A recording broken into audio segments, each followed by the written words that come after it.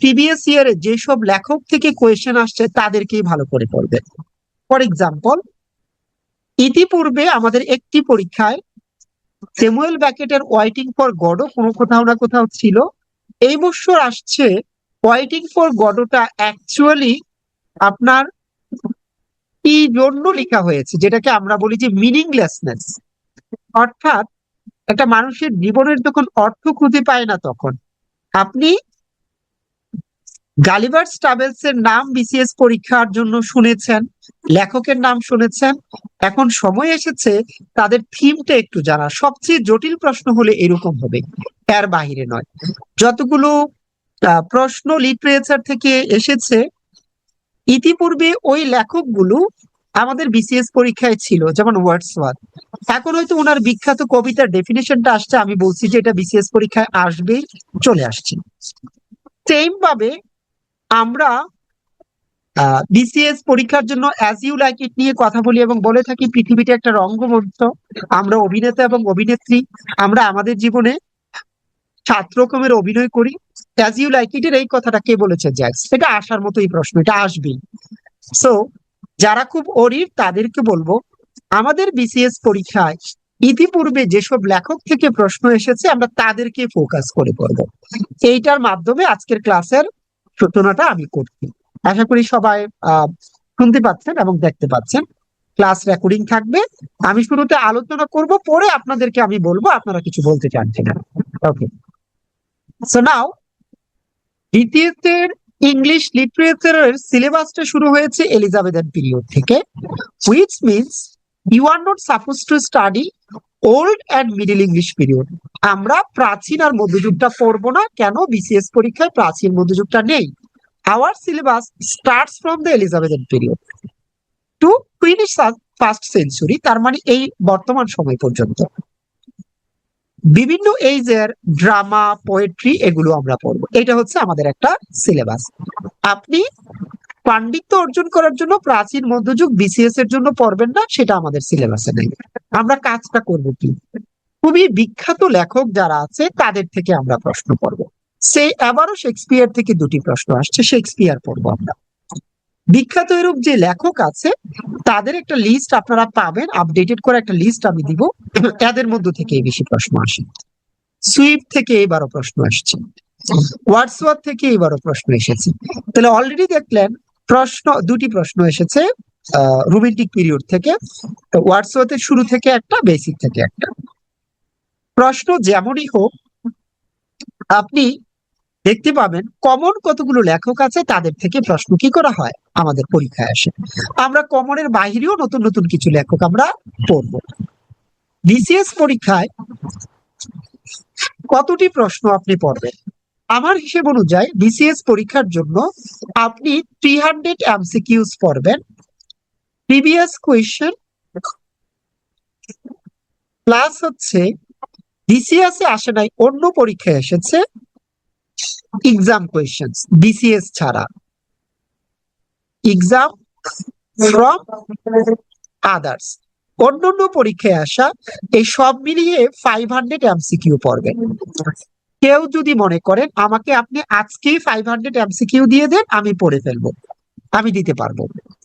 আবার আপনাদের মধ্যে কেউ যদি থাকেন না, আমার স্ট্রং জুল হচ্ছে ইংলিশ লিটারেচার, আমি লিটারেচারের স্টুডেন্ট, আমি 500 না, আপনি আমাকে 1000 দেন, আমি সেটা দিতে পারবো এবং আমি দেখাচ্ছি এগুলো রেডি করা আছে। প্রাথমিক আলোচনা করে তারপরে আমি আপনাকে কি করব, ক্লাসে নিয়ে যাব। যেমন কিভাবে রেডি আছে আমি সেগুলো আপনাকে একটু দেখাই। সে আপনার যে 700 পড়বেন আপনি এমসিকিউ, এই হচ্ছে 700 এমসিকিউ। এই 700 এমসিকিউ ওয়ার্ল্ডের বিভিন্ন জায়গা থেকে কালেক্ট করা। এই 700 এমসিকিউ থেকে কি বিসিএস পরীক্ষায় প্রশ্ন কমন পড়ে? জি, প্রশ্ন কমন পড়ে। এমন কোনো বিসিএস পরীক্ষা নাই যেখানে জটিল প্রশ্ন আসলে এখান থেকে কমন পড়বে না। যেমন এই 15 নাম্বার বিসিএস পরীক্ষায় আসা প্রশ্ন, আপনি যতই স্ক্রল করবেন আপনি দেখবেন এই জায়গা ছাড়া বিসিএস পরীক্ষার প্রশ্ন হচ্ছে না। আবার প্রশ্ন হচ্ছে এবার তো উল্টাপাল্টা প্রশ্ন হয়েছে, আবার কি হুবহু কমন করেছে? উত্তর হচ্ছে জি, আবারও হুবহু প্রশ্ন কমন করেছে। সো যেমন এই লর্ড অফ দ্য ফ্লাইস ইতিপূর্বে বিসিএস পরীক্ষায় আসা, এবার আমি সার্চ করলাম 7 দিয়ে। আমরা যেহেতু দুই একটা প্রশ্ন দেখিয়েছি, হুবহু 700 এমসিকিউ থেকে এই এমসিকিউটা আসছে, 7 ages of man appears in as you like it. এটা কে বলেছে? জ্যাক্স। হুবহু কিন্তু কমন পড়েছে। অর্থাৎ আমরা অতটা ডিপলি স্টুডেন্টকে পড়তে বলি না। কেউ যদি মনে করেন অনেক বেশি পড়বো, আপনি 700 এমসিকিউ পড়বেন। এখন আপনি বলতে পারেন আমি এই 700 এমসিকিউ পড়লে আমার কি কমন পড়বে? আমি বলবো আপনার বিসিএস পরীক্ষা লিটারেচার সবচেয়ে ভালো হবে, কিন্তু আমি 700 এমসিকিউ পড়তে আমি বলবো না আপনাকে। এইখানে এই শিটে এই 700 এমসিকিউ আছে। এইটা ছাড়া আরেকটা লেকচার শিট আছে, ইন্ডিয়ান যেই পরীক্ষা হয় ইউজিসি নেট, তাদের জটিল প্রশ্ন আসে, সেখানে 300 এমসিকিউস আছে। কেউ যদি বলেন তাহলে ইন্ডিয়ান পরীক্ষায় আসা তুমি 300 এমসিকিউ আমাকে দাও, এখন এটা থেকে কি আসে? এই বছরের বিসিএস পরীক্ষার যে প্রশ্নটা এসেছে, অ্যারিও প্রেজেটিকা কি নিয়ে কথা বলা হয়েছে? অ্যারিও প্রেজেটিকা তাদের সেন্সরশিপ এবং ফ্রিডম অফ প্রেস, এই হুবহু কিন্তু আসছে। সো এইটা আমার ফেসবুক পেজেও আছে, চাইলে দয়া করে এই দুটো শিট লেকচার শিট আপনি দেখতে পারেন। আমরা পড়ানোর মধ্যেও আসে, হুবহু কমন পড়ে থাকে। আপনি যদি বলেন আমার পড়ার সামর্থ্য আছে, আপনি পড়েন। এই যে বলছিলাম ওয়েটিং ফর গডো, এই যে দেখেন এই প্রথম 10টার মধ্যেই কি বিসিএস পরীক্ষা, আমাদের 50তম বিসিএস পরীক্ষায় আসা প্রশ্নের রিলেশন কিন্তু রয়েছে। এবং আপনি দেখেন এই 9 নম্বর প্রশ্নটা দেখেন, all the worlds are stage, এখানে ব্যাখ্যা করে আমি দিয়েছি 7H জ্যাক্স বলেছে। তাহলে আমি অনেক দূর যেতে চাই না, আমি শুধু বলবো ইউজিসি নেটের এই 10টি প্রশ্ন আমি আপনাকে দেখাইলাম, 10টি প্রশ্ন ব্যাখ্যা সহকারে পড়লে আমাদের এই বছর বিসিএস পরীক্ষার 2 থেকে 3টি প্রশ্নের উপর প্রভাব আছে। আমার কথা কি বুঝতে পেরেছেন? আপনি যদি মনে করেন আমার পড়ার সামর্থ্য আছে, আমি বলবো হুবহু সকল প্রশ্ন আমি কমন দিতে পারবো, কিন্তু আপনার পড়ার যোগ্যতাটা অতটা নাই। এই 10টি প্রশ্ন থেকে বিসিএস পরীক্ষায় 3টি প্রশ্নের প্রভাব আছে। আমাকে বলেন কয়জন শিক্ষার্থী অতটা ডিপলি আসলে পড়তে পেরেছে, একটু বলেন। এই যে waiting for Godot, Samuel bracket, এই যে দেখেন এইটা সহকারে, তাহলে টোটাল যদি একটা স্টুডেন্ট আমার এই শীতপত্র পড়ে যায়, সকল প্রশ্ন কমন পড়বে, কিন্তু আমি মনে করবো যে না, অতটা ডিপলি আপনারা পড়বেন না। এবং বছরের পর বছর, আগামী 10 বছর 50 বছর পর্যন্ত তারা ওয়ার্ল্ডে যত সাহিত্যের প্রশ্ন আসবে, এই যে আমার কাছে কালেকশন আছে এগুলো থেকে আসবে, এর বাহির থেকে অতটা আসবে না। যেমন দেখেন 30টা প্রশ্ন যদি কেউ পড়ে, উইদারিং হাইট থেকেও কিন্তু একটা প্রশ্ন আসছে, উইদারিং হাইটে কি নিয়ে কথা বলা হয়েছে। তাহলে প্রথম 30 কোশ্চেনের মধ্যে বিসিএস পরীক্ষার যতটা প্রশ্ন আছে প্রভাব আছে।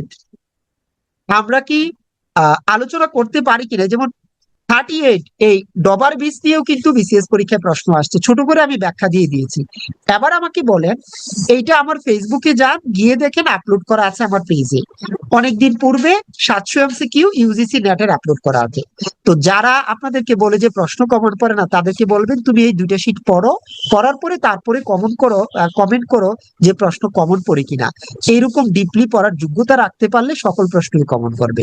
কিন্তু আমরা এই স্ট্যান্ডার্ড পর্যন্ত যাব না। আমরা কি আমাদের আজকের ক্লাস কি আমি শুরু করতে পারি কিনা বলেন?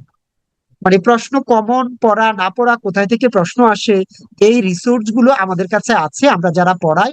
এবং আপনি পড়তে পারবেন না অতগুলো, আপনাকে আমরা বাছাই করে কমন পড়াবো। এগুলো তো দেখালাম ইন্টারন্যাশনাল পড়াশোনা, 700 আর হচ্ছে এখানে 300 ইন্টারন্যাশনাল পড়াশোনা, এবং এগুলো সারা ওয়ার্ল্ড এর জন্য ইম্পর্টেন্ট, ইনক্লুডিং আওয়ার বিসিএস। প্রত্যেকটা প্রশ্ন ইউজিসি নেট ইন্ডিয়ান পরীক্ষা থেকে আসছে। আপনি যদি মাথা নষ্ট করে তাদের এগুলো সার্চ করে পড়েন, তাহলে আমরা টিচাররা আছি কেন? আমাদের এগুলো রেডি করা আছে। আবার আপনারা যদি বলেন তাহলে আমি আজকের ক্লাস আলোচনা শুরু করব।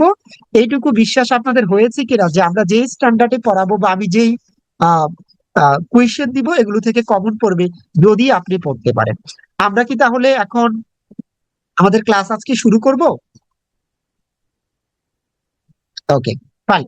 তাহলে আমরা আমাদের ক্লাসটা করি, এবং যাদের প্রয়োজন হয় আপনারা আপনাদের মতো করে কি করবেন, এই এমসিকিউ গুলো অলরেডি আমার পেজে দেওয়া আছে, আমরা ওরাকলের পক্ষ থেকে আবার দিয়ে দিব। আমরা আমাদের সাধারণ ক্লাসটা আমরা শুরু করে যাচ্ছি। ওকে, চলে। আমাদের ক্লাস 1-এ আমরা শেক্সপিয়ার এবং রেনেসাঁ পড়াবো, কিন্তু লেখক ছাড়াও 2-1টি প্রশ্ন আসে আমাদের পরীক্ষায়। সেটা হলো কি, লেখক ছাড়া যে দুই একটি প্রশ্ন আসে সেটাকে কিরকম প্রশ্ন, সেই প্রশ্নটা হচ্ছে কতগুলো ফিগার্স অফ স্পিচ। আমি এখন আপনাদেরকে সেই ফিগার্স অফ স্পিচটা একটু আলোচনা করে দেই, একটু শুনেন।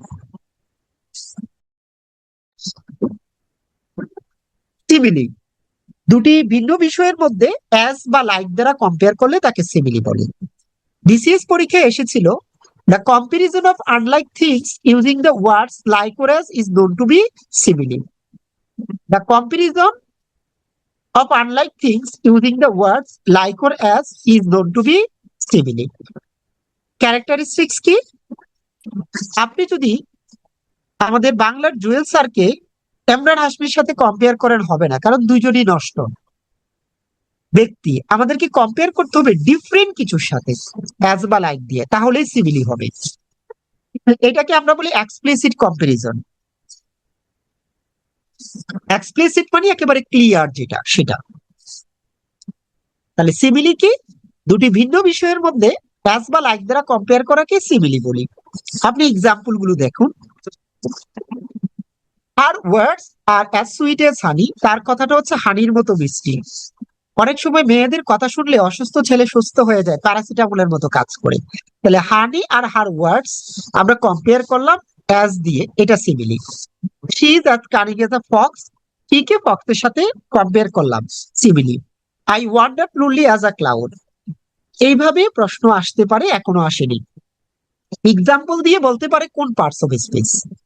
অর্থাৎ দুটি ভিন্ন বিষয়ের মধ্যে অ্যাজ বা লাইক দিয়ে কম্পেয়ার করলে তাকে সিমিলি বলে। পারা যাবে কিনা বলেন, পারলে ডান লিখেন।